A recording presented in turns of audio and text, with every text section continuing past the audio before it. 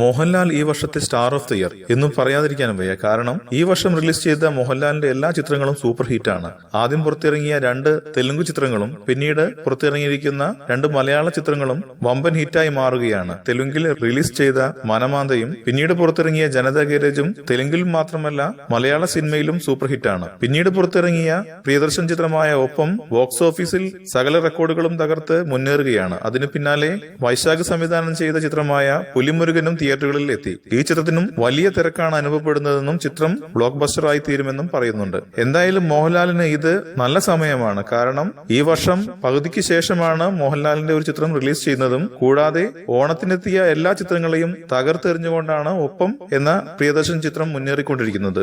പിന്നാലെ പുറത്തിറങ്ങിയ പുലിമുരുകനും ബോക്സ് ഓഫീസിൽ നേരിടേണ്ടി വന്നത് മെഗാസ്റ്റാർ മമ്മൂട്ടിയെയാണ്. പുലിമുരുകനും മമ്മൂട്ടി ചിത്രമായ തോപ്പിൽ ജോപ്പിനെ തോൽപ്പിച്ചുകൊണ്ട് തന്നെയാണ് മുന്നേറിക്കൊണ്ടിരിക്കുന്നത്. അതിനു പുറമെ ഈ വർഷം മോഹൻലാലിനെ സന്തോഷിക്കാൻ മറ്റൊരു വകയും കൂടിയുണ്ട്. കാരണം മോഹൻലാലിന്റെ പുത്രൻ പ്രണവ് മോഹൻലാൽ സിനിമയിൽ അഭിനയിക്കുന്നതിനെ കുറിച്ചുള്ള സ്ഥിരീകരണം വന്നിട്ടുണ്ട്. ജിത്തു ജോസ് സംവിധാനം ചെയ്യുന്ന പുതിയ ചിത്രത്തിലായിരിക്കും പ്രണവ് മോഹൻലാൽ അഭിനയിക്കുക. കൂടുതൽ സിനിമാ വാർത്തകൾക്കും വിശേഷങ്ങൾക്കും ഇപ്പോൾ തന്നെ സബ്സ്ക്രൈബ് ചെയ്യൂ മലയാളം ക്രിയേഷൻസ്.